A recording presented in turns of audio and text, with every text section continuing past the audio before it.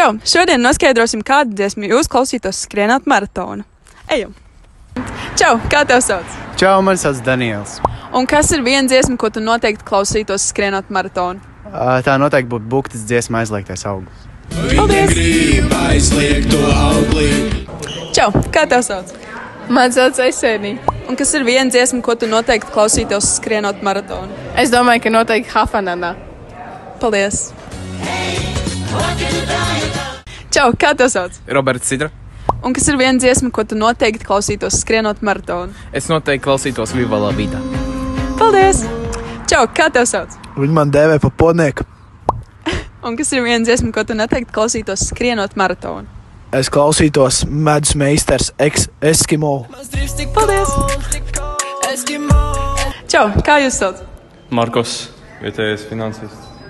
Un kāda ir viena dziesma, ko jūs noteikti klausītos skrienot maratonu? Zvaigžņu kabarē. Paldies! Čau! Kā tev sauc? Lūcija Boitmane. Un kas ir viena dziesma, ko tu noteikti klausītos skrienot maratonu? Un mēs esam un būsim tie labākie. Paldies! Ierakstiet komentāros, kādu dziesmu tu klausītos skrienot maratonu. Atā!